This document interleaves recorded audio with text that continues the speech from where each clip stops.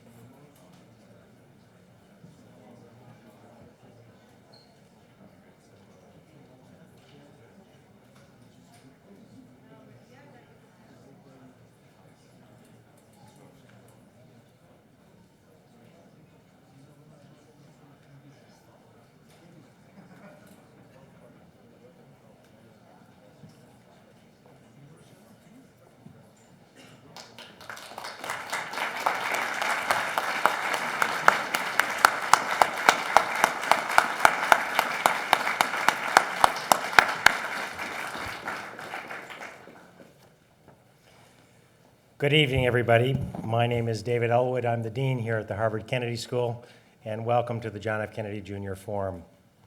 It's my very great honor to introduce tonight's speaker. This is the Albert H. Gordon Lecture, and before I introduce our speaker, I want to just say one or two words about that lecture. This is actually one of the school's most prestigious lectures, and it's provided us the opportunity to bring in a remarkable group of speakers to talk with the community, to learn and to grow from. Most recently, former Soviet President Mikhail Gorbachev. So I think that's good company. Mr. Gordon is a dedicated graduate of the Harvard class of 1923, and notice I said is. He is still with us, but unfortunately can't join us today. He's also an alumnus of the Harvard Business School. He was the founder and former chairman of Kidder, Peabody and Company, and he has been a very great friend of the university. Over the years, he's served on the University Board of Overseers and the Committee on University Resources. Truly a remarkable man, and all who know him can tell you so. He even ran the London Marathon at the age of 82. So truly lively. Unfortunately, as I mentioned, he's not able to join us tonight, but we're honored to welcome his close friend, Mel Rines, who's been carrying out he's been enormously helpful to us in carrying out his wishes. So welcome, very glad to have you here.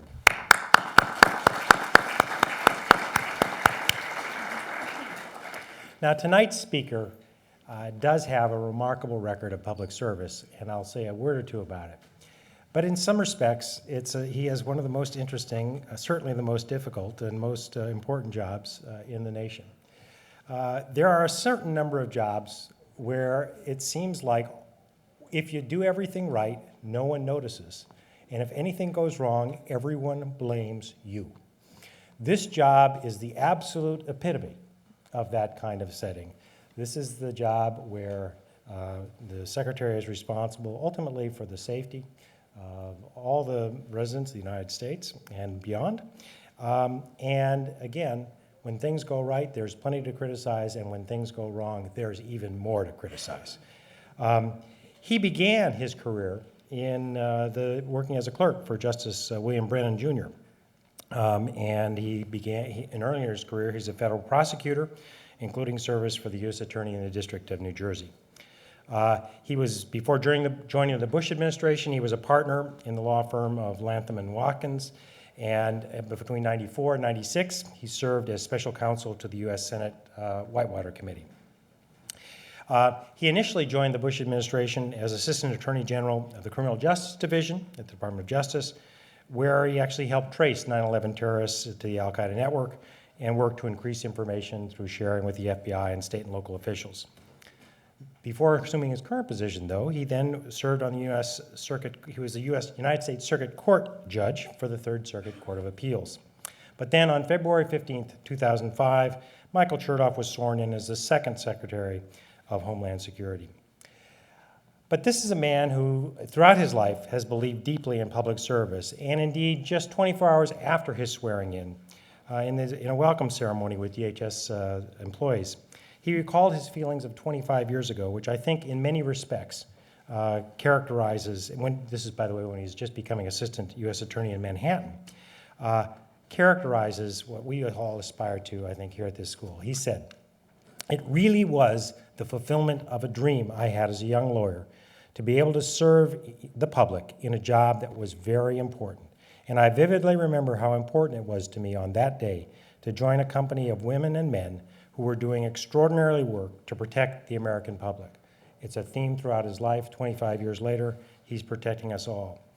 I think no one after 9/11 would have predicted that now, nearly 7 years later, we would have almost nothing to talk about in terms of major terrorist events of that sort that have occurred. There have been many other incidents, and there are many things yet to come.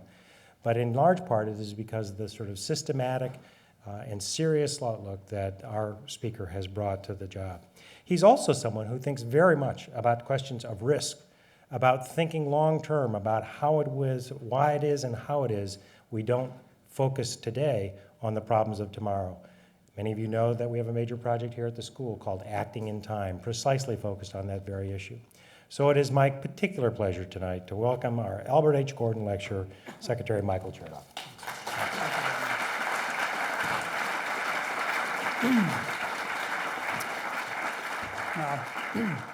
Thank you, Dean, for that very kind introduction. Thank you all for the warm welcome. I am honored to speak at this forum tonight to follow in the footsteps of a lot of very distinguished people. I saw some of the names of the people on autographed flyers that are out in the anteroom, and it is really a great company to be privileged to follow. Before I start with what I am going to talk about, let me tell you what I'm not going to talk about. I'm not going to talk about the Super Bowl, because I am in Boston. But I will say that I'm sometimes asked the question as we come to the fourth year of the president's second term, whether there is anything left that the administration can do. And so I want to remind those who ask the question that we recently learned on Sunday that there's an awful lot you can do in the fourth quarter of a game. Second thing, I'm not going to, this joke went over much better in New York than I guess it's going on over here.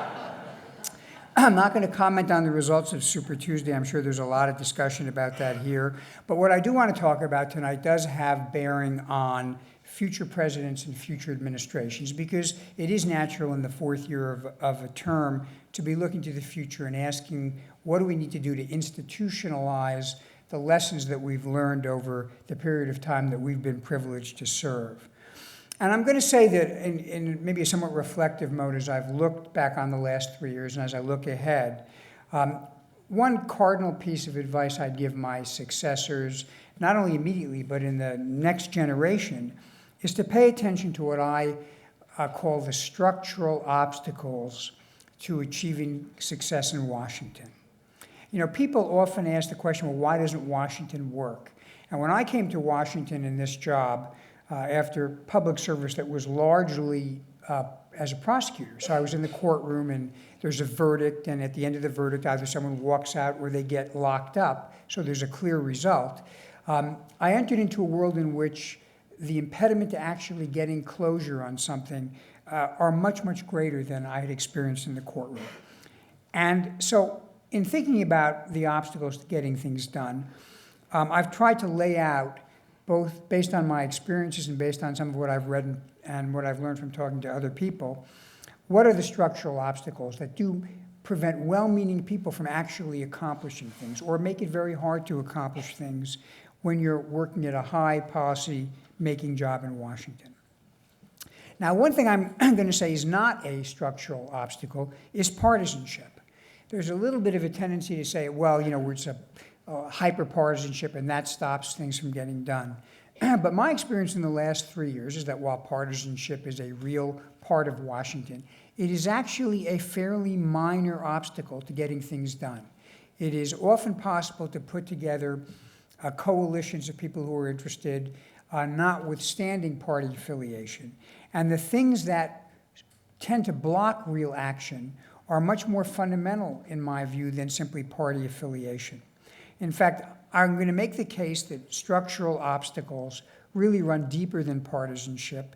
They apply no matter who's in office. They apply whether the party that controls the White House controls Congress or whether there are different parties. But what they have in common is the ability to frustrate the pursuit of the common good. This is a vast topic. The dean could probably talk about a lot of instances in which structural obstacles are seen and have an impact. I'm going to draw on my own experience dealing with the issue of managing risk in the context of Homeland Security. And I want to take a historical look first by asking some questions about the situation that people concerned about terrorism faced before September 11th, back in the 1990s. One of the questions that was asked by the 9/11 Commission was, why didn't people in Washington do more in the 1990s, before September 11th, to secure the homeland, to prevent what happened on September 11th? And inevitably, when there were hearings and public commentary about the work of the commission, the focus was, who are the people to blame that missed the boat, that didn't identify the individual hijackers, that didn't connect the dot, that didn't launch this attack on bin Laden? But I'm going to make the case that the problem was much deeper than individual blame, much deeper than an individual missed opportunity, and reflected a systemic, a societal problem in dealing with a risk that anybody who thought about it was very real, but that had not yet matured in an immediate way into public consciousness. Let's take a look at what we knew in the 1990s. As early as July 1995, a national intelligence estimate predicted future terrorist attacks in the United States and specifically warned that this danger would increase in the very near future. 3 years later, in 1998, there was a crystal clear warning delivered by Osama bin Laden. He publicly declared war on America. He called on his supporters to attack not only our military, but our civilians wherever they could be found. And of course, he backed up the threat with the bombings that occurred in the 2 embassies in East Africa and ultimately with the bombing of the USS Cole. In 1999, Phase 1 of the report of the Hart-Rudman Task Force on Homeland Security warned, and I quote, "America will become increasingly vulnerable to hostile attack on our homeland." And the report further went on to say, quote, "Americans will likely die on American soil, possibly in large numbers." Now, some people might say, well, okay, that was a lot of warning and it was a lot of words, but that wasn't really enough to spur action because we hadn't actually been attacked by terrorists. But actually, that's not accurate either. Only a month after President Clinton was inaugurated, and more than 8.5 years before 9/11, the World Trade Center was bombed.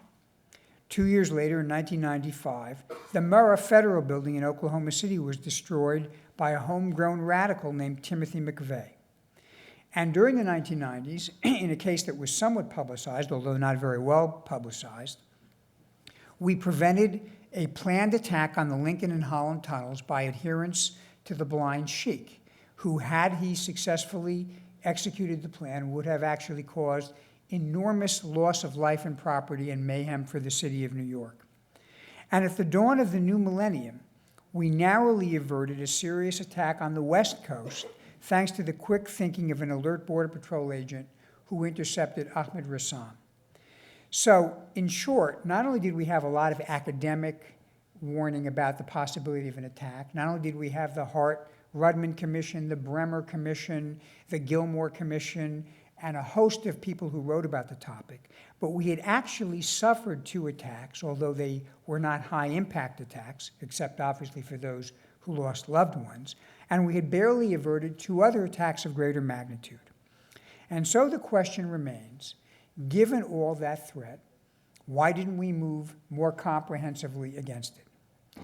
Well, actually, there was some movement. The government did make movement in the 1990s to try to buy down or drive down that risk of a terrorist attack.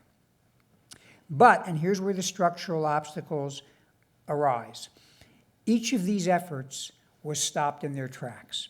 Let me give you 2 examples. One of the concerns that was raised by people who were thinking about the risk of terrorism was the possibility that foreign students could get into the United States using student visas and then have a platform from which to launch an attack. And so in 1996, Congress responded by requiring the creation of a system to track students from countries designated as state sponsors of terrorism. I'm mindful of the fact I'm talking in an academic institution, so I don't want to ruffle anybody's feathers. But the fact of the matter is that after this requirement by Congress to track students was imposed, there was an immediate negative reaction by the higher educational establishment of the time. That establishment was concerned that it would drive down enrollment by foreign students. It would hurt, in a sense, the business of higher education, and it would be unpopular. And so because of that opposition, and because in the 1990s the threat of a student taking a terrorist action against the United States had not actually materialized, Congress actually never provided the funding to move the program forward. And of course, without the money, there's no action. And so when some of the September 11 hijackers began entering in our country in 2000 to attend flight school, we didn't have a national student tracking system. Had there been such a system, we could have discovered that Mohammed Atta had made false statements about his student status, and then we could have denied him entry. I'll give you another example. There was an initiative proposed in 1996 having to do with fingerprinting visitors to the United States. This is called U.S. Visit. We currently have it. The law that Congress passed in 1996 required the Attorney General to develop an automated entry-exit program to collect records on every arriving and departing visitor. The system was immediately opposed by leaders of border communities near Canada and Mexico. They were concerned that if we stopped people and took fingerprints from them, this would adversely affect the flow of commerce. People wouldn't want to come to the United States. It would hurt their business. Key members of Congress agreed that there was going to be a potential business inconvenience if we had this fingerprinting initiative in place. And therefore, only the entry process became automated, and that process was slowed really to a crawl. As a consequence of this, immigration authorities had no way of knowing whether any of the 9/11 hijackers had overstayed their visas or how often they traveled in or out outside the countries. And the lack of an entry-exit system was especially significant for a couple of the hijackers, who we might have identified and connected the dots with had we had that information. So these are two examples of proposals that would have increased our systemic defenses, but in fact were never implemented because there were powerful interests that quite reasonably saw a potential negative impact on their business and marshaled the effort to either slow or kill these initiatives before they fully developed. And in the absence of a high consequence attack that dramatized the risk, there was simply not the public will to move forward on implementing these initiatives. And that's why I'm the first person to be very hesitant to cast blame on those who prior to September 11th had the responsibility for protecting us against terror, because I recognize how difficult it would have been in the environment in which we lived before September 11th to really drive dramatic, expensive, and inconvenient change in our security, given the fact that there would have been a lot of powerful interests that would have been had their toes stepped on. I mean, let's perform a thought experiment. Let's presume that in early 2000, after the attacks in East Africa, after the declaration of war by bin Laden, after all of these reports, after all the histories of hijackings we'd had, let's suppose that the then existing administration had said, we want to set up a transportation security administration that's going to require the kinds of measures that we now experience in the airport. Taking off your shoes, everybody has to go through a fairly rigorous search. We're going to watch list people. They're going to have secure identification. I think it's quite obvious that that proposal never would have gotten off the ground and would have frankly been laughed at in the court of public opinion. And so I would argue that the structural obstacles that faced policymakers in the 1990s are truly to blame for where we found ourselves on September 11th. Now, of course, September 11th, as people say, changed everything, because we moved out of the arena of having to imagine a high-consequence terrorist attack into the arena of having experienced a high-consequence terrorist attack. That was truly a gigantic wake-up call. That was truly the kind of transformative event that causes people to say, you know, we've really got to put our old model to one side. We've got to treat this as a very high priority in terms of the survival of our own society and our own country.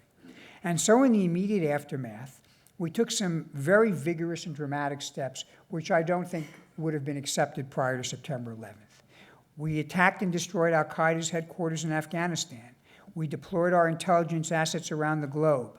We fused our previously existing intelligence stovepipes to allow a real sharing of information between some of the overseas agencies and domestic agencies. And we put into effect numerous measures relating to potential threats here in the homeland, whether it's chemical plant security, a requirement of additional security on transportation, watch lists, all these measures that we currently live with. And of course, part of what was done was the establishment of the Department of Homeland Security. So this was an action-forcing event. And interestingly, in the wake of September 11th, we have built a robust student tracking system.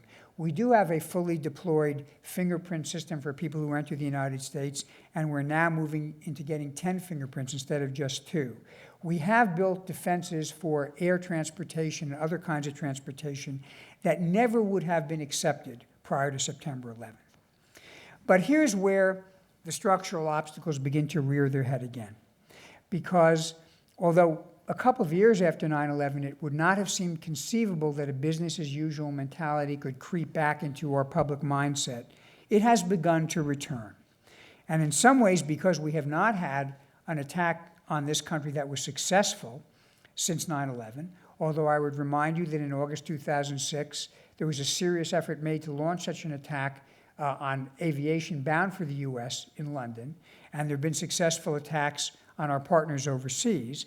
But because we haven't had an attack here, I am concerned that we're beginning to backslide by allowing those same structural obstacles to get back in our way. And let me give you some examples of what I mean. One of the public concerns expressed after 9/11 was the need to secure our borders.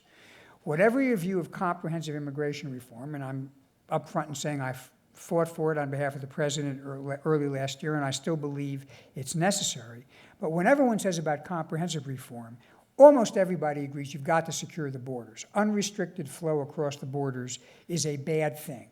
It's bad not only because of illegal migration, it's bad because drugs come in through an unrestricted border, criminals come in through an unrestricted border, and potentially terrorists come in through an unrestricted border.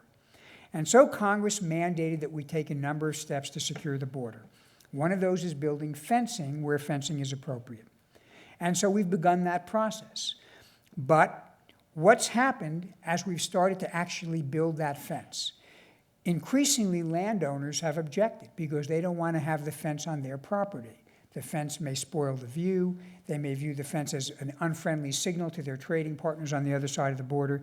Maybe they're concerned that the fence is going to inhibit the ability of their cattle to get to the river. Now, of course, it's easy to understand their interest. It's their property, even though we would pay for it. Obviously, we would have to do that. But it's their property. They'd prefer not to be inconvenienced. They see the consequence or the cost of putting these measures in place. They feel keenly on a personal level. And so they go and they file lawsuits or they create political agitation against building a fence. From my standpoint, though, I look at the cost of not building the fence. I look at the cost in terms of drugs coming into the country. Now, drugs may not be sold at the border. They may be sold in Chicago or in Washington or in New York, but the cost to the country is very real. And if driving that cost down means that it's cost effective to build a fence, the greater good requires that.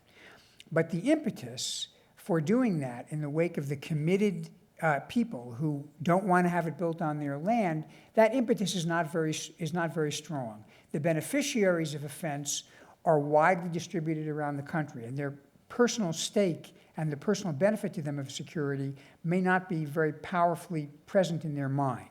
And so we have a structural obstacle to getting the fence done. It's not a physical obstacle, but it's part of the structure of our system. Let me give you another example. One of the major lessons that the 9/11 Commission taught as a consequence of their extensive investigation was that in the hands of a terrorist, documents that can be forged are a weapon. They relied upon the fact that the terrorists had used phony identification to board airplanes and to maintain themselves in the United States. And I can tell you since then, time and again, the ability to get phony travel documents has been a critical element in the planning of terrorists who want to move into an area in order to carry out an attack. And so, not surprisingly, Congress, in the first flush after 9/11 and in the wake of the 9/11 Commission recommendations, moved to mandate that we take steps to tighten up our border with respect to the kinds of documents that are presented at the border. It may surprise you to know that for a long time, you could present any one of 8,000 different kinds of documents to cross a land border into the United States. You could present a library card. We operated what I sometimes call an honor system, where when there was a lot of traffic at the border, if people said, I'm an American citizen, they could be waved through, basically taking their word for it. And it seemed to me that in the wake of 9/11, in the wake of everything we've seen, simply assuming that everybody's going to tell the truth at the border is an unduly optimistic view of human nature. So you'd think, since we had 9/11 Commission report, we've had GAO reports, all saying we have to toughen up our border security in terms of documents that are required, it would be a no-brainer. And yet, again, and I understand where they're coming from, border businesses that are concerned that people who have to carry documents may not want to cross the border on impulse to go to a football game or to purchase something in the United States now that the dollar is a little bit cheaper. Those business groups rallied an enormous public campaign to delay our ability to put into effect the full measure of what Congress mandated on secure documentation. And again, and this goes back to what the dean said about risk, obviously we have not had an occasion since 9/11 where someone crossed the border from Canada or Mexico and carried out a terrorist attack. So we have not yet had the actual experience of the risk. And yet, in light of 9/11 and what the 9/11 Commission taught us, it should no longer be merely a matter of imagination to see how that vulnerability could have a tremendous cost to the country, a cost far greater than perhaps a little inconvenience that occurs as people transition to a new regime of documentation when you cross the border. But again, the intense, understandable but intense hostility to this measure and the inconvenience from a small group who have an immediate cost threatens to overwhelm the greater good, notwithstanding all the commission reports and GAO reports and experiences that the larger public brings to the question of border security. And let me give you a third example. After a long struggle, Congress authorized DHS to set performance-based standards for the chemical industry.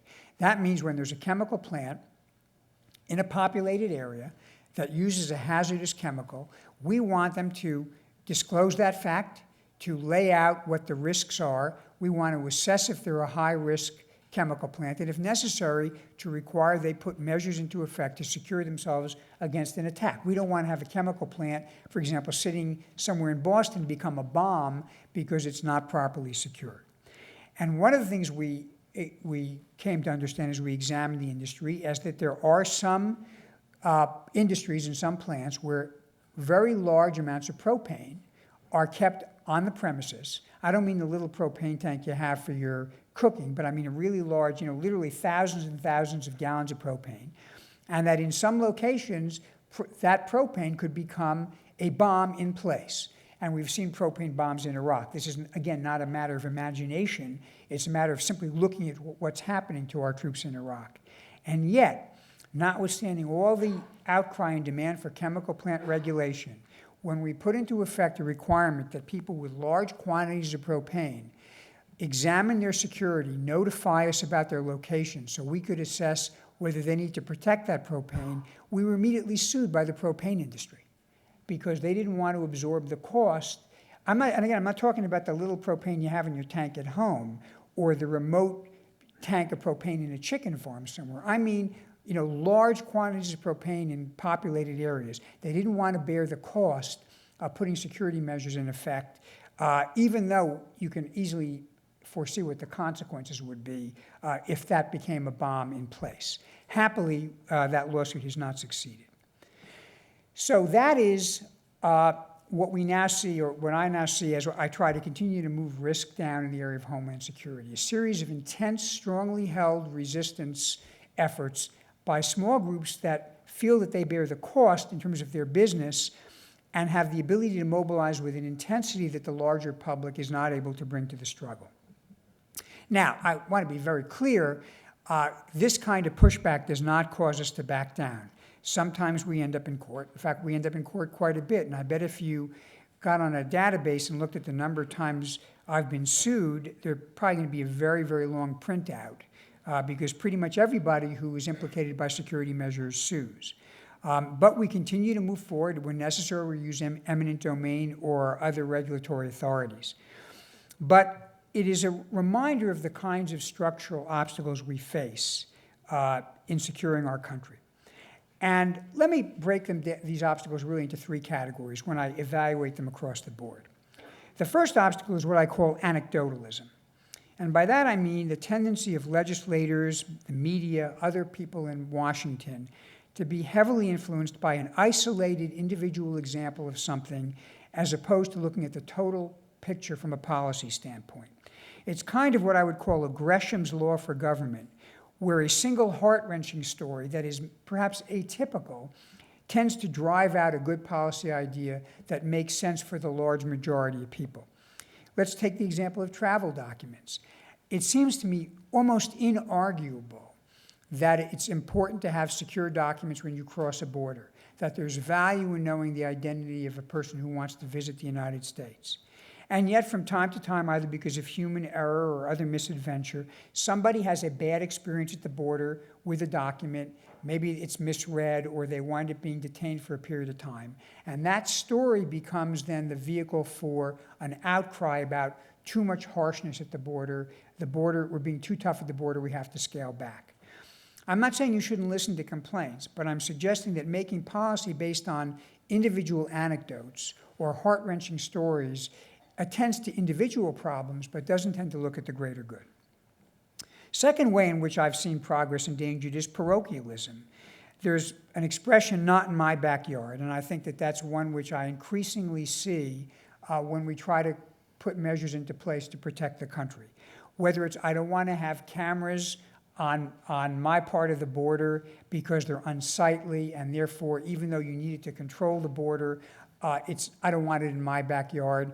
My favorite was a guy who sued us, not because we were going to put a fence or a camera on his property at the border, but we were putting it on someone else's property, and that was causing illegal migrants to move over and cross onto his land.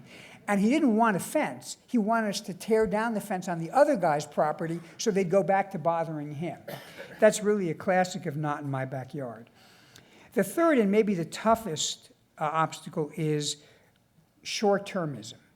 The structural inability of the system to look beyond the immediate gratification and to be willing to pay a short-term cost for a vastly greater long-term benefit. I want to give credit to Howard Kunruther of the University of Pennsylvania for this acronym, which he coined, which is NIMTOF, not in my term in office. The idea is that legislators and people who run for office are not prepared to either pay costs or incur sacrifices if the benefit of the cost or the sacrifice may never be felt, or may not be felt until 20 years from now when someone else is going to get credit for it. And this is where the dean is quite right. This is actually my world. My world in Homeland Security. My triumph is a term in which nothing happens now. I invest a reasonable amount of resources in preventing things or mitigating risk, and yet the positive result of that investment is either never seen publicly because we've deterred or prevented everything from happening, or if something does happen, God forbid, my successor in the next term or the next 2 or 3 terms gets the benefit of all the hard work and preparation. It is the essence of buying down risk that you have to be prepared to incur short-term costs for long-term benefits. This, by the way, is something every homeowner knows. Anybody who owns a home knows you got to look at your house and you got to make decisions to do a certain amount of roof repair and septic repair and gardening every year, even if the roof's not leaking yet, or even if the septic hasn't blown up yet, because that's how you prevent risks in the long term. That's what ownership means. Ownership means that you accept the consequences long-term and short-term, and you adjust your risk management by having taken ownership of all those consequences. And my concern is we do not have ownership in our government of all the consequences in the sense that I've just talked about. Let me give you also an example of something this is not a Washington problem. This is a much broader problem. And it's not related to terrorism only. It's related to natural disasters as well. In Sacramento, California, a couple years ago, Governor Schwarzenegger invited me to take a helicopter ride, to ride over the levees in the Sacramento Basin, the Natomas Basin. If you go out there, what you'll see is there are a series of agricultural levees built 100 years ago when it was just farmland, at a time when if a levee broke, you lost a crop. Now, literally built up against those levees are houses. And if you fly over them, even on a day with no rain, you can see puddling in the front yard of the houses, which again, I can tell you as a homeowner is a sure sign you've got a high water table and a potential flooding problem. And so we've now built in a place that is inherently susceptible to flooding and risk. Recently, FEMA and the U.S. Army Corps of Engineers, as part of the process of risk mitigation, hazard mitigation, has basically remapped the floodplain. And what they said was, in the proposed floodplain map, that the entire basin area will not meet the requirements to withstand a 1 in 33-year flood event. And that means property owners are going to have to buy flood insurance. That insurance is going to have to reflect the risk, and any new construction has to be elevated 33 feet over sea level. Now, the developers don't like this because this makes it less attractive for development. And so the mayor of Sacramento called this effort to remap the floodplain, quote, absolutely dumb. I have to tell you, having lived through Hurricane Katrina, I don't know how you can say that, because investments that could have been made over 30 years in the wetlands and the levees in New Orleans to buy down a risk that maybe was 30 years off, the consequences of failing to make investments over 30 years became crystal clear when in the face of a hurricane that's frankly not above average in strength, a levee crumbled and the whole city flooded. And you would think after that incident, again, we would no longer have to imagine what a flood is like. We would start to think about the need to adjust our flood maps and take steps to protect against this kind of disaster, which in the long run is much cheaper than avoiding that investment. And yet we're still hearing it's absolutely dumb because it's bad for development. So again, short-term economic impact trumps long-term, not only economic interest, but the long-term interest in life and health and property. So these structural obstacles, anecdotalism, parochialism, and short-termism, or NIMTOF, are, I think, the three big problems and challenges we have to overcome if we're going to sensibly deal with Homeland Security. And by this I mean Homeland Security in the broadest sense, not just terrorism, but all threats to public safety, and that includes natural disasters as well. How do we fight these things? Well, I have a couple of suggestions, but I don't have answers, and I know from talking to the dean that on this last issue, the school is working on some answers, and I think it's very important that the school do this. On the first of these obstacles, anecdotalism, the typical cure that we use is to try to cite contrary anecdotes. It appears to be the case that in the public mind, only when you crystallize a problem around an individual circumstance can people actually move to the degree of emotional commitment that they need in order to be inspired to make the necessary and prudent investments to prevent something bad from happening. That's why talking about experiences that we've had with terrorist attacks or natural disasters isn't, in my mind, fear-mongering. It's a necessary antidote to the inertia that necessarily arises in the face of people who don't want to be bothered or inconvenienced by preventing things because there's a short-term economic impact. Likewise, when we get parochialism, not in my backyard, we have to combat that by asking the following question.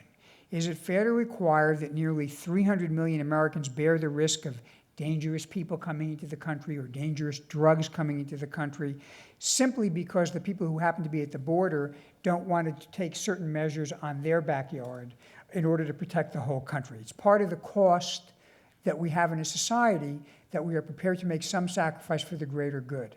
And frankly, those who don't want to render the service on the border should ask themselves, what about those who are rendering the personal sacrifices to go overseas and fight to defend the country? Obviously, that sacrifice is not being made by people who have a not-in-my-backyard mentality.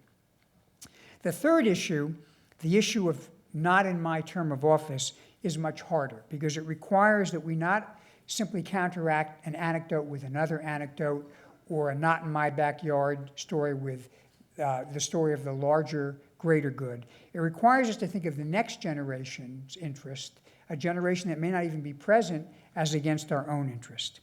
And there we have a problem which, of course, is not unique just to Homeland Security, but more broadly applicable. And again, let me give you a concrete example. We have spent an enormous amount of effort over the last few years categorizing infrastructure in this country to determine what has to be protected against the possibility of a terrorist attack based on vulnerability and consequence. So we at the federal level and states at the state level examine bridges and dams and public structures and electric grids so they know what security measures are the appropriate ones to put in place in order to reduce the risk to that infrastructure.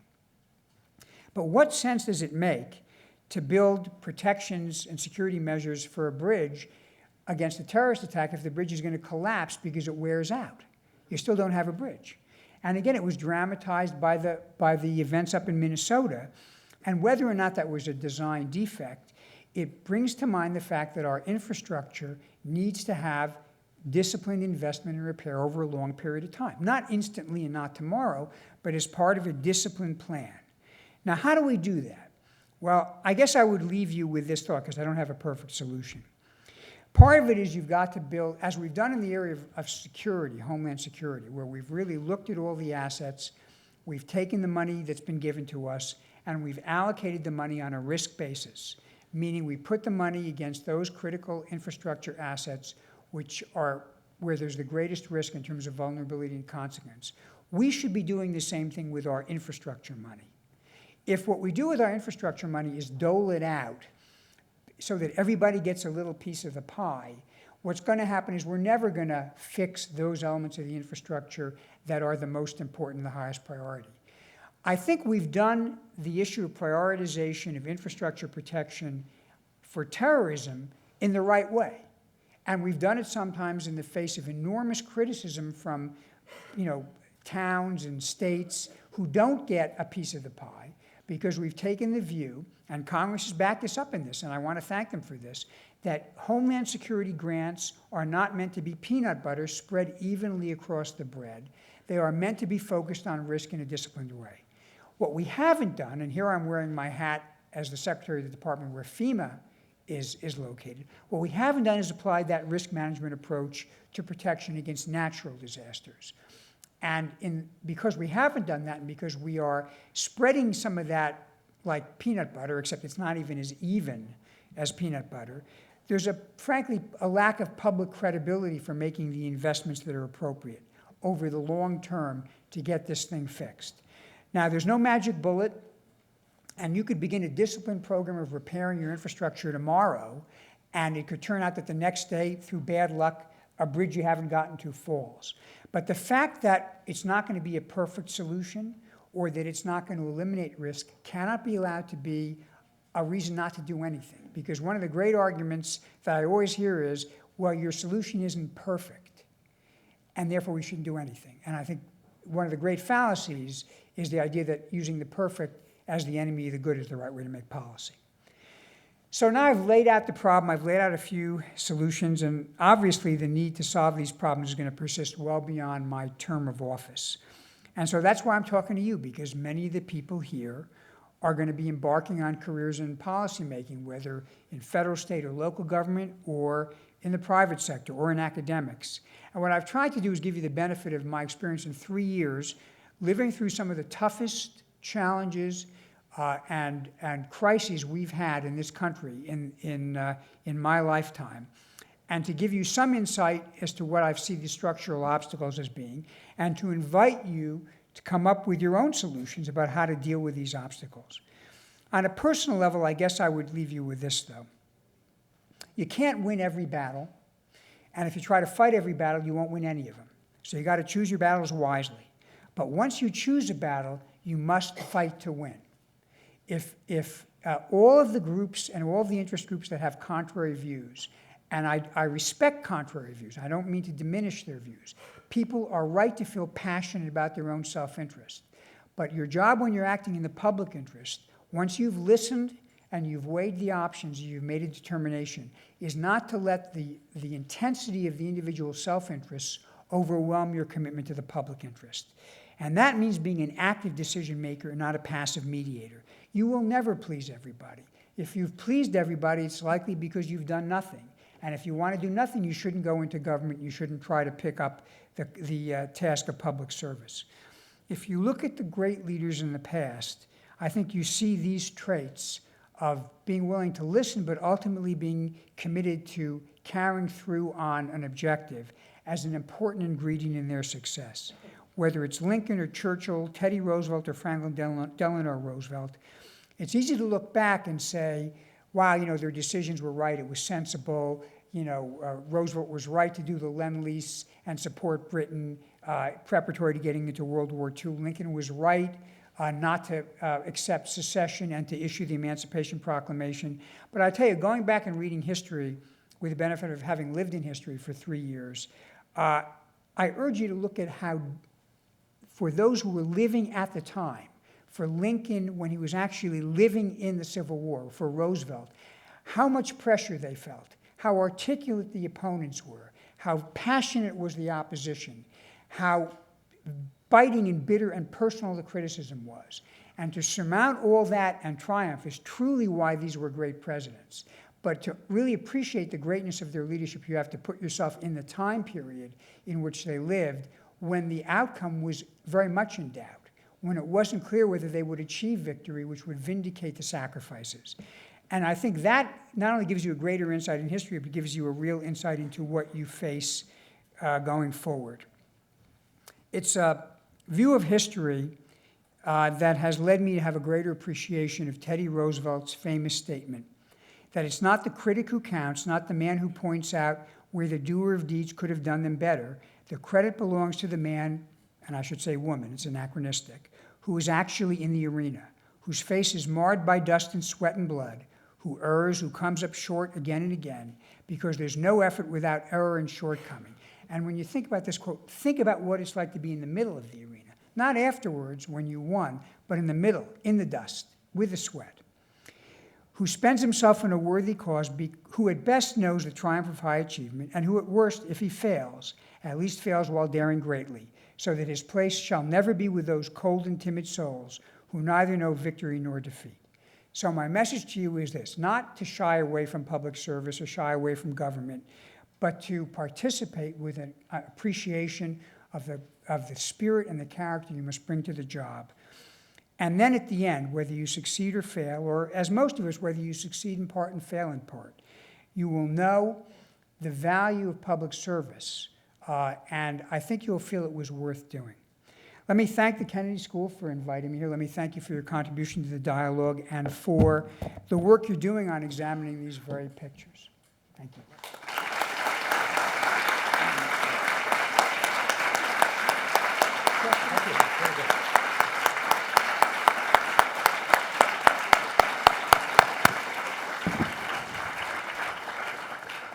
All right, as is our system here, we have time for questions. There are microphones located in 4 locations, one right here, one up there, another there, one other here. And I just remind you of the basic ground rules. Many of you will have heard them oftentimes, but a good question has several characteristics. First, the person identifies themselves. Second, they offer one question. And third, a question ends with a question mark. And so with that, let me start right here. Please identify yourself. Good evening. My name is Alexander Rasalimo. I'm president of the Center for Security and Social Progress, a think tank. A factor which is occasionally mentioned, cited for why Washington doesn't work, is a lack of confidence in the government. About 10 years ago, the Kennedy School held a major conference on this issue of broaden confidence. And as I recall, the conclusion was that the public was losing confidence in all branches of government except in the military, which was increasing quite sharply. So my question is, how do you assess the US public's confidence in government currently, and notably in the national security area, and how does this affect Homeland Security? That's a very good question. You know, there's a lot of, if you look at the polling data and all the stuff you read in the media, I would say that public confidence in every institution is quite low, whether it's government, whether it's the media, whether it's business institutions. I'm never quite sure how much to rely on the polls. My individual interactions are not quite that gloomy, but I do think we live at a time when, partly because people are more accustomed to interaction and customer service, and partly because there's a level of contentiousness that's driven into the public discourse, there's a harsher and more negative attitude. It's a problem for Homeland Security because we ask people to make a sacrifice. Sometimes it's a small sacrifice in order to accommodate security.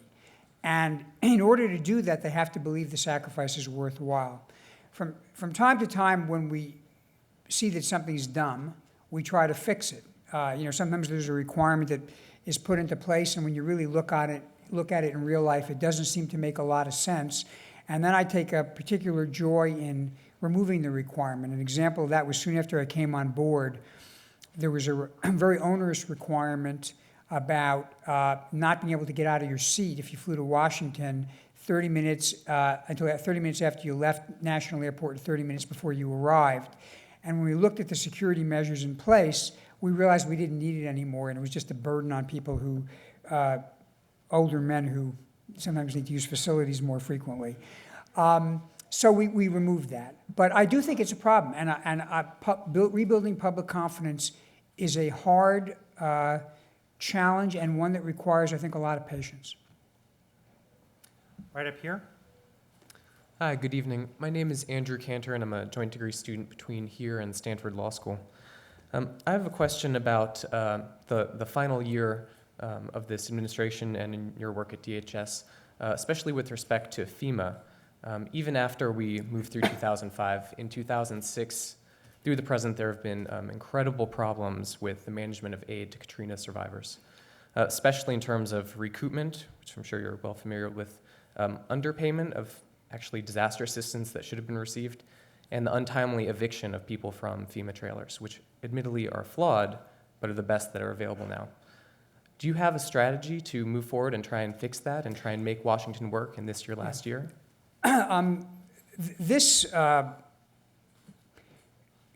Katrina presents two separate problems, two distinct, really separate problems. One was the issue of response, how quickly you can respond, and that's a planning issue, and I would say that's largely been corrected. The second issue is a deeper issue, which is reconstruction. And truthfully, reconstruction is not, I don't think we've ever had a reconstruction task like this in my lifetime. It's not an issue for which the current law is properly configured, because the current law imposes a series of bureaucratic or legal requirements about what assistance you can give, how you give it, how it flows, that are make it very difficult to deal with things in a comprehensive fashion. We also deal with the challenge of dividing the responsibility among three levels of government, so that it's often necessary to get a consensus among three very different levels of government with different interests to move forward. I actually have thought about this a lot, and I think that we need to step back and look generally at the issue of Reconstruction as an entirely separate task from the normal issue of response and recovery, which is FEMA's task.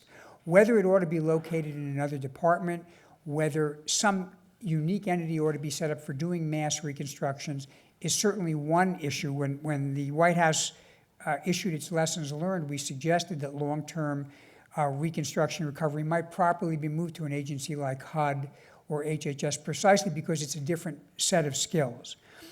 So there are a series of things that could be done structurally for the Stafford Act, institutionally to manage the process of reconstruction that would really treat this as the unique challenge that it is, not simply a variety of the ordinary garden variety disaster, if I can use that expression. The second issue, though, is a harder issue. There are some very difficult choices to be made in order to move reconstruction forward. You use the issue of the trailers. Trailers are not a good idea for housing. People should not be housed long-term in trailers. They're not meant for trailers. In the wake of Katrina, there was an overwhelming, not an outcry, a demand, an insistence that trailers be moved into the area as quickly as possible because there was no housing available. The housing was unfit for human habitation. And I will tell you that I didn't meet many people in FEMA who wanted to put trailers in there. Everybody said it's a bad idea. People will wind up living in trailer parks. The problem is not so much with people who put a trailer in their driveway while they're rebuilding, because they're going to rebuild and they'll get back in the house. But it's when people's houses are wiped out. You could argue that the tough choice would have been to say, you know what, we're just not going to allow trailers to be used for long-term housing. We will help you find housing elsewhere, but we will not provide trailers. We didn't make that decision. The trailers were put there. We now have people, we've drawn that number down. It's reduced by about 3/4, but we still have an unacceptably large number of people living in trailer parks. I think it's about 7,000. I would personally like to get them all out tomorrow. Question is, where do they go? There still isn't enough housing in the area, so people would have to move elsewhere. And that is a tough choice. You could argue that people are impairing their health by staying in trailers. How do you make that choice? Does the government make the choice? Do we make people leave? You could make the argument the government should do that. Or do we say to people, hey, look, it's a bad idea to live in a trailer. We think it's unhealthy, but you have to make the choice. I think this is probably the toughest nut to crack in the whole issue, because in order to force things to move quickly, we would have had to be prepared as a society to compel people to do things. And I'm not sure that that's necessarily the right answer. It's the way to get the quickest result, but it's not necessarily the happiest result. On the other hand, I will tell you that when you offer people more choice, you're going to delay the process. So this is really a topic for a whole separate speech, maybe a long one. But I hope I give you some idea of at least a kind of a high-altitude vision of what we're facing there. Right up here. Hi, my name is Tawfiq Rahim. I'm a second-year student here at the Kennedy School. I wanted to ask you about what some would term unreasonable powers afforded to law enforcement in the post-9/11 era, specifically torture or aggressive interrogation, kidnapping or extraordinary rendition, or indefinite imprisonment. And even if you presume that these powers that run counter to inalienable rights were reasonable or acceptable, I want to ask you about the false positives, especially in light of a time when we have perhaps 800,000 people on a no-fly list. What happens when you have false positives? And I'll ask you about one case in particular, but I'd like you to answer generally, and that is of Maher Arar of Canada, a man of Syrian origin who, while coming back from vacation to North Africa via JFK Airport, was taken out, detained by Homeland Security, deported to Jordan, taken across the border to Syria, and tortured for a year before he was allowed to be repatriated. Thus far, the United States government has not apologized, even though he has been absolved of any terrorist links, and the Canadian government has done so. Well, I can't speak about an individual case, first of all, because I might disagree with your characterization of the facts. And in any event, I'd have to get into matters, some of which are non-public. But let me deal with the issue of false positives. A little bit? Pardon? Could you try a little bit? I'm not going to speak about an individual's particular case. I'll observe, just by the way, that the Department of Homeland Security didn't exist when Arar was detained. So I can correct that right away. But more generally, for me to start to characterize what I know or don't know about a particular individual is a bad idea for a whole host of reasons. Also, I'm happy to say that the no-fly list isn't 800,000 people, but there's no question you deal with the issue of false positives. So let's talk about how I think this has to work. I think the greater the restraint you put on somebody, generally speaking, the greater the responsibility to make sure you're not making a mistake. This is a kind of a general principle in the law. If you, for example, stop and detain somebody briefly, usually all you need is an articulable suspicion. If you want to hold them for a longer period of time, you need probable cause. If you want to imprison them to punish them, you need to convict them beyond a reasonable doubt. So in general, if we, for example, much of what people think is a no-fly list doesn't actually prevent people from flying. It subjects people to a little bit more of an intrusive search or a little bit more questioning. I think that's a comparatively low-level intrusion, and therefore the cost of a false positive is less. I think we all agree that if you're going to incapacitate somebody for a period of time, you have to have a higher confidence level that you're being accurate. Now, this is not the law school, so I won't get into a deeply technical legal argument about what your rights are in the U.S. versus your rights overseas. But I think the general principle, I think, is right. The greater the restraint, the greater the requirement of being correct. Right over here. Good evening, sir. I'm Allison Bennett, an engineering graduate student at MIT.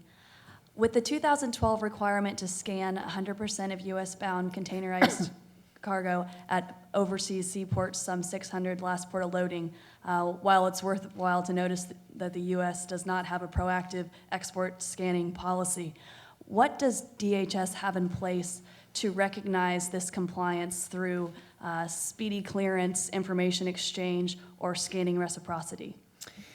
Well, that's a great question. So let me, for those of you who are not deeply into the weeds on this issue, we, right now, for containers that come into the United States by sea, we basically put close to 100% through radiation scanning devices. We have operated a pilot program with a number of countries. We've got 3, Pakistan, Honduras, and Southampton, England, where we are currently scanning containers before they're boarded, and we've got agreements with 4 other countries. The mandate, which I have to be, in the interest of full disclosure, indicate that the administration and I opposed as being impractical, because when you tell other countries that we're going to scan containers in their ports, they have to agree. You can't make them do it. And we certainly don't propose to invade them to make them do it. So there's a question about how practical this is. What I think we'd like to do is see what the technology is. In an ideal world, we would have a system with a mix. In ports where other countries agreed and we thought there was a high risk of nuclear or radioactive material, we would scan overseas. In ports where we think there's a low risk, we wouldn't scan overseas. We would use information that we get about shippers, what the freight is, what the carrier is, to determine where on an intelligence basis we think the higher risk containers are. And those are ones we would either examine before they're boarded manually, or we would examine them at sea while they're still offshore. So that would be a risk management based on intelligence. The bill Congress passed does mandate this by 2012, but it does give the secretary, whoever that he or she may be at that time, the option to extend the deadline in increments of 2 years. And I suspect between now and then, I know the Europeans are very concerned about this, there may be attempts to revisit this. Right over here. My name is Rachel Esplin. I'm a sophomore at the college. First of all, I'd like to thank you for your lucid articulation of the structural problems in Washington. I noticed you approach it from a very realist approach, analyzing in terms of self-interest. However, many view it less in these terms and more in terms of civil liberty. So that such structural problems are actually positive protection against government abuse and error. So how do you propose finding that proper balance? And really, although we want robust government action to protect ourselves, still providing for the protection. That's a great question. I'm glad you asked it, because I actually don't view concern about civil liberties as a structural obstacle. I think that's appropriate. I think it's appropriate to weigh what we do in civil liberties, because that's also part of the greater good. So, and now we may disagree about whether something invades civil liberties or not, but I would completely agree with the proposition that weighing the civil liberties or overall, kind of prosperity impact of any measure is not a structural obstacle. It's part of good decision making. To me, a structural obstacle is one that subordinates the greater good to a narrower self-interest. And there, again, I'm not criticizing people who exert their personal self-interest. I'm just observing that the intensity of the small minority tends to overwhelm what is perhaps a larger interest, but where no one's that passionate because the benefit is either distributed among a lot of people, or worse yet, it's distributed in favor of people who haven't been born yet or are kids, and so no one really feels their passion. But I agree with you that civil liberties that's not an obstacle. That should be part of the analysis. Right up here. Thank you. My name is Steve Pattison, and just have a question. It may seem silly, but I grew up in a time just a little bit beyond where civil defense signs were all around us. And in all the money that's been poured into our police teams in the different towns, I still have seen nothing in civil defense. And I wondered, how come that seems to be missing? Am I missing it and it's there? Or it always seemed to me to be a secure, somewhat of a security, to have some idea that we knew where to go and how to get grounded. I've seen none of that. Well, that's another great question. Of course, the original model for civil defense was the shelter if you had a nuclear attack. But the need for civil defense remains. not just for terrorism, but for natural disasters. I mean, people, whether it's a hurricane, an earthquake, a fire, there's a network of people involved in preparedness, a local level supported by the state, supported by the federal government. And in some communities, actually, it's quite a visible presence. If you go down to Miami, it's a well-known, well-marked evacuation shelter. They've got a very good system in place because they deal with, hurricanes quite a bit. Other communities may do less of it. One of the policies I'd like to try to drive in this department is a culture of preparedness, which means that communities, as well as individuals, prepare themselves for disasters, natural or man-made. And this is not meant to get people all alarmed or have ridicule on late-night television. It's the basic fact that if you are caught in a flood or an earthquake or, God forbid, some kind of a terrorist attack, having some basic supplies on hand, knowing where to go to shelter yourself, knowing where a hospital is, that's important stuff. And so I think that maybe we ought to be doing more community signage across the country along the lines of what we used to do with civil defense when I was a kid. Right up here. Hi, my name is Nick Steinberg. I'm a second-year student at the Kennedy School.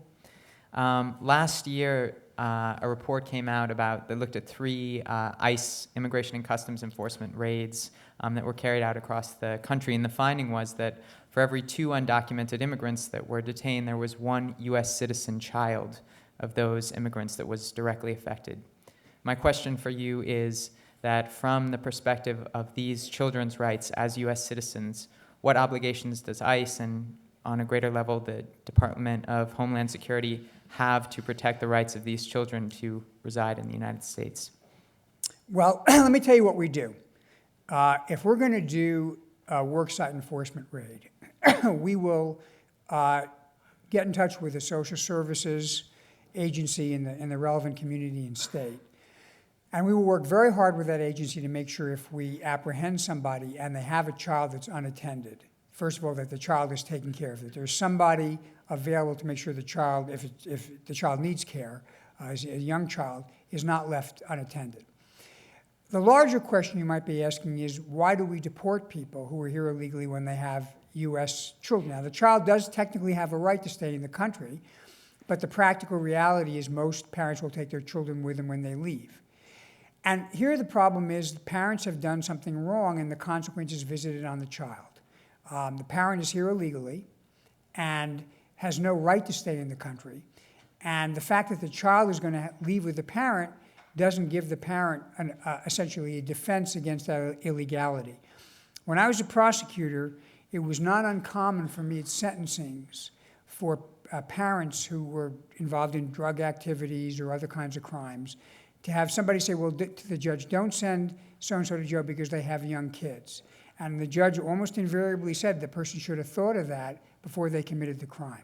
Now, you may disagree with deporting people, and you may think it's inhumane. I'm going to remind you, I advocated for comprehensive immigration reform, which was a way of trying to address this issue more comprehensively. But Congress chose not to enact it.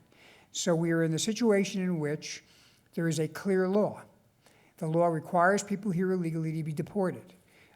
If we were to give people an escape from that because they have young children and they want the child to live in the country, we would at a minimum be allowing them to get away with law breaking, and we would actually be creating an incentive for people in the country illegally to have children in order to anchor themselves in this country. So it is a hard choice, but I don't see an alternative. This will have to be the last question, right?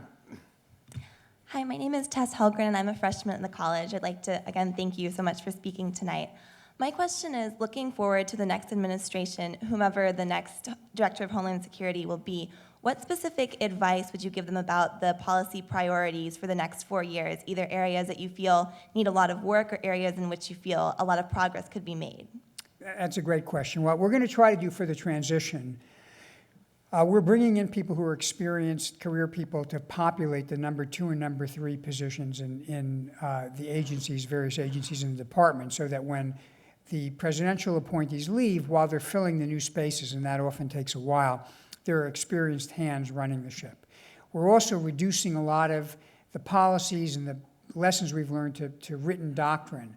And I'm hoping, actually, that once there's some new people identified as the new secretary and some of the senior leadership, we can even bring them in to do an exercise so they get a feel for what they may be facing. In terms of substantive policies, one of the new initiatives we're pushing forward now is cybersecurity. I think that's an area where we need to make a lot of progress, and we've started to talk about that. But I'd say more generally, my advice would be to look at the long-term high-consequence events. So take my advice about investing in the short term to avoid a long-term problem. The things that I most worry about, and I think it's probably a view shared by some people in this school, are not what I would call a routine terrorist event like we see around the world. That would be a bad thing, but I think we're pretty well equipped to deal with those and to respond to those, and I think, frankly, the country would survive those, although it would be a terrible tragedy. What would be of a different order of magnitude would be an earth-shaking attack, a weapon of mass destruction, a dirty bomb, a biological weapon, and even a nuclear weapon, or something that really struck at critical infrastructure in a way that could really rattle the country. I don't think that threat is imminent, although we obviously are always careful to watch for it. But I think that as time passes, the threat will become greater. And what I don't want to do, and that's maybe the point of my whole talk, and so it's a good question to end on, what I don't want to do is say, well, we'll worry about that when it appears on the horizon, because when it appears on the horizon, it's too late. You will never build what you have to build a month before or a year before. You've got to start to build the systems and the capabilities now. So that, if there is, God forbid, a nuclear weapon in the hand of a terrorist or a dirty bomb or a biological weapon, we've built capabilities that are in place. It'll still be a bad thing, but it'll be a manageably bad thing instead of an unmanageably bad thing. Thank you very much. Which way we go? Have a safe evening. Thank you all very much.